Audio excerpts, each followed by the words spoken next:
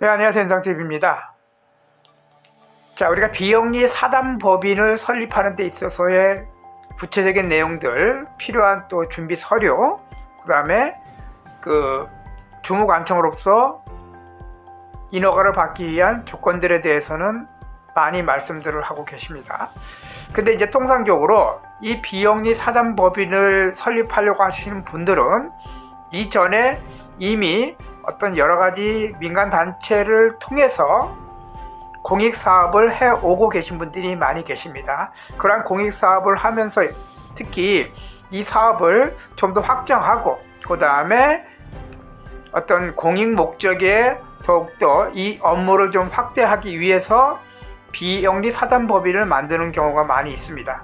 그래서 우리가 이제 비영리 사단법인은 그 시도나 본인들이 하고자 하는 사업의 지역에 따라서 주무관청이 도거나 또는 시도와 겹치거나 또는 시도 이상의 어떤 여러 군데 지역에 걸쳐서 사업을 진행하게 되면은 중앙행정부처의 주무관청이 인허가 대상을 해주는 그런 주무관청이 되겠죠. 자, 그런 것들은 누구나 이제 우리가 최근에 비영리 사단법인을 하면서 많이 알고 있습니다. 그런데 자, 우리가 이제 비영리 사단법인을 만드는 목적이 쉽게 말해서 공익 활동을 좀 더 많이 하고 사회에 기여하는 역할들을 하기 위해서 이러한 비영리 사단법인을 설립하게 되는 내용이 됩니다. 자, 그런데 비영리 사단법인을 설립하고 나서 국가로부터 여러 가지 국가 보조금이라든지 또는 그 비영리 사단법인을 운영하면서 각종 기부금을 받아서 그 기부금에 대한 세금 처리를 하는 데 있어서는 비영리 사단법인을 만들 때부터 구체적으로 사업계획에 반영시키고요.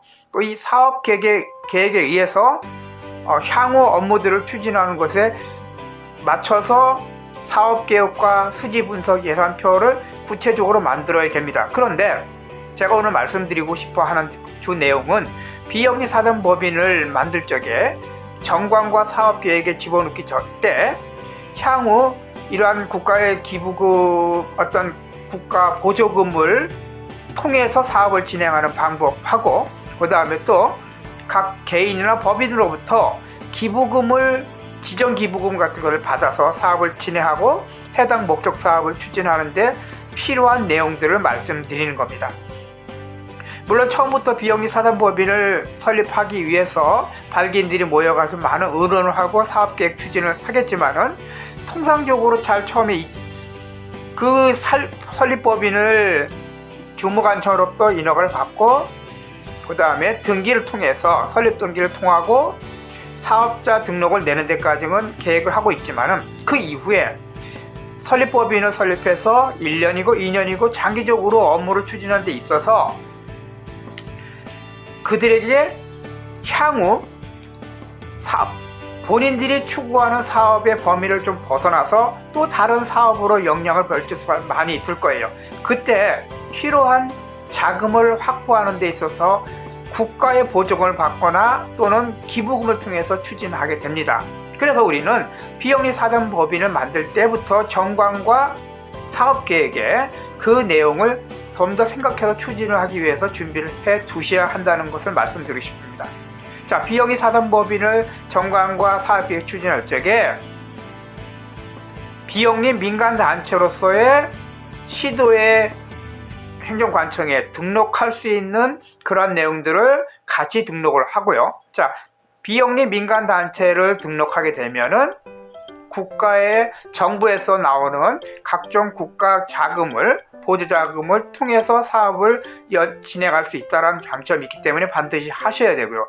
또 두 번째, 비영리 사단법인을 통해서 업무를 더 추진하고 또 향후 상속이나 증여세나 또 기부금을 통해서 여러 가지 세금을 감면받기 위해서는 소득세라든지 그다음에 법인세를 감면받기 위해서는 지정 기부금 단체라는 것을 등록을 해야 됩니다. 그래서 이런 지정기부금 단체를 또 등록하기 위해서는 정관이나 사업계획의 지정기부금 단체와 비영리 민간단체에 등록하기 위한 준비의 내용들을 집어넣어 줘야 된다는 거죠.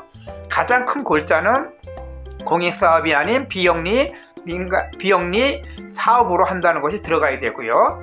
홈페이지, 비영리 사단법인의 홈페이지를 구축하고 그 홈페이지 내에서 비영리 사단법인 또는 아까도 말씀드린 지정기부금에 대한 사업계획과 향후 모집과 그런 내용들이 홈페이지에 구축되어 있고 내용이 포함시켜야 된다는 것을 정관이나 사업계획에 추진을 해 놓아야 된다는 겁니다. 또 한 가지 여기서 좀 팁을 또 드린다면은 비영리 사단법인을 하다 보면은 사업에 대한 일들을 또 하겠죠. 비영리 사단법인이라도 무조건 비영리만 하는 사업을 하는 건 아니기 때문에 영리 사업을 추진할 수도 있어요. 그럼 그럴 때 우리가 하고 있는 이 사단법인이 민간 자격증을 만들어낼 수 있는 업무를 추진할 수도 있죠. 그래서 민간 자격증 등록과 관련된 내용들도 사업계획에 집어넣으면은 향후 사업을 더 융통적이고 유도리 있게 또는 확장해서 할 수 있다는 겁니다. 그래서 비영리 사단법인 또는 재단법인도 마찬가지지만 더 나아가서 사회적 협동조합도 마찬가지입니다.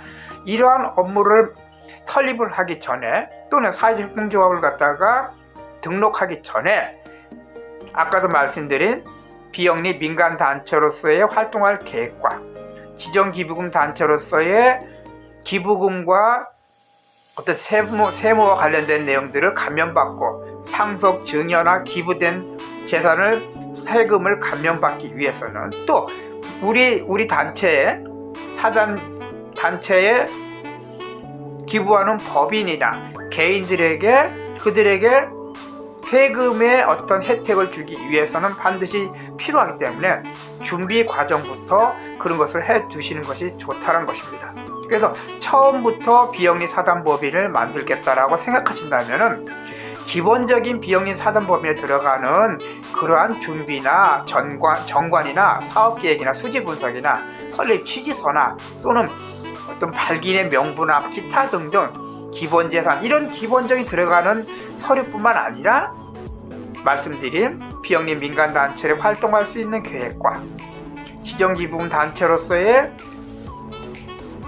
기부금을 받을 수 있는 어떤 내용을 사전에 준비하셔서 같이 준비하시고 비영리 사단법인이 설립되는과 동시에 민간단체를 등록하고 지정기부금 단체를 등록해서 같이 운영을 할 수 있는 방법을 찾아보시는 것이 매우 중요하다는 말씀을 드리겠습니다. 자, 다른 방송에 또 다시 말씀드리겠지만은 비영리 사단법인을 만들기 위한 조건과 필요한 서류들을 충분히 협의하셔서 준비하셔야겠죠. 그 시간을 두고 절차를 두고 준비하셔서 주무관청으로부터 인허가를 받으시고요. 마찬가지 비영리 민간단체로서의 등록을 할 수 있는 자료들, 서류들을 준비해서 등록하시고 우리가 추구하는 사업이 정부로부터 보조금을 받아서 사업을 할 수 있다라면 그런 사업을 추진하고 또 나중에 결과 보고를 해야 되고요. 또 더 나아가서 세금 문제가 관련돼서 사업자 등록을 하고 사업을 하다 보면 세금이 발생하고 그런 세금의 문제가 발생하기 때문에 또 기부금을 통해서 들어오는 것을 통해서 사업을 할 수도 있기 때문에 이런 지정기부금 단체로서의 그런 기부금 등록을 또 같이 해주시는 것이 반드시 필요하다는 말씀을 드리겠습니다. 자, 오늘은 비영리 사단법인의 설립과 동시에 비영리 민간단체의 등록과 지정기부금 단체의 등록이 필요하다는 말씀을 드렸습니다. 감사합니다.